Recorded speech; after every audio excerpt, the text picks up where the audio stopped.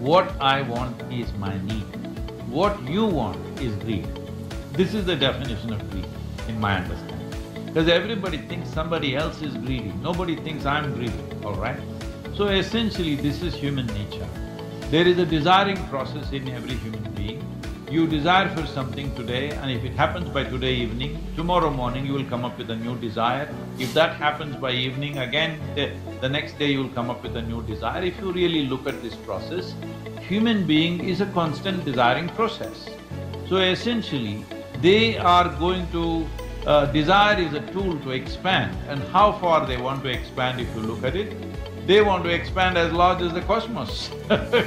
If you give them a whole solar system, they will say we want the galaxy. If you give them one galaxy, they'll say we want the next galaxy. So essentially, human desire is a limitless process. The question is only how constipated an expression it finds. Will you allow it to expand instantaneously right now, or will you take a lifetime expanding it? If you take a lifetime expanding it, you will damage the world, you will damage everybody's life, you will be in conflict with every other life.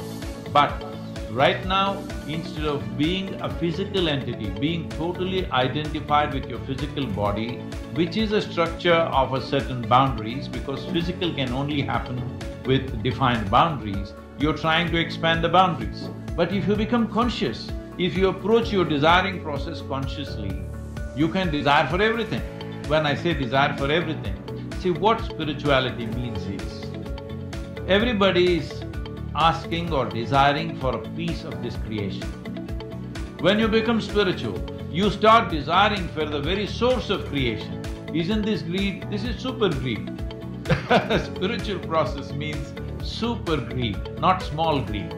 Now, if you are super greedy, you wouldn't want only your well-being. See, there is no human being who is not interested in human well-being. Everybody is interested in human well-being. It is only a question of scale.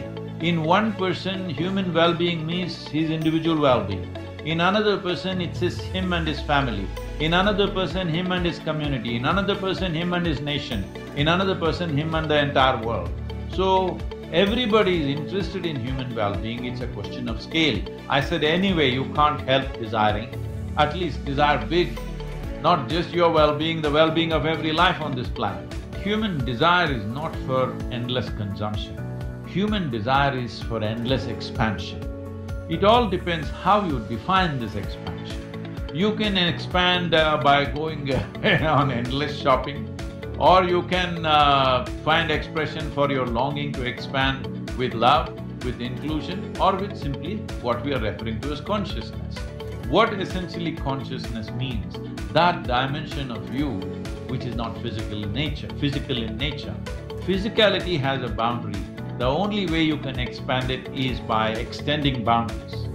What we refer to as consciousness is not physical, so it is not a boundary-based aspect of life. Once it is not boundary-based, you're naturally inclusive. When I say inclusive, it is not an ideology, it is not a philosophy that you adhere to, it is not something that you think through. It is the very nature of the existence that if you go deep enough into yourself and touch a dimension which is beyond physicality.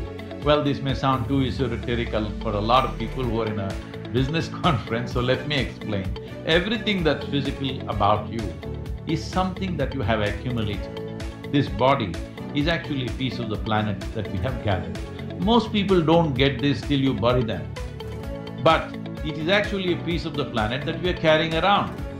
So we have gathered this. What you gather can be yours, but it cannot be you.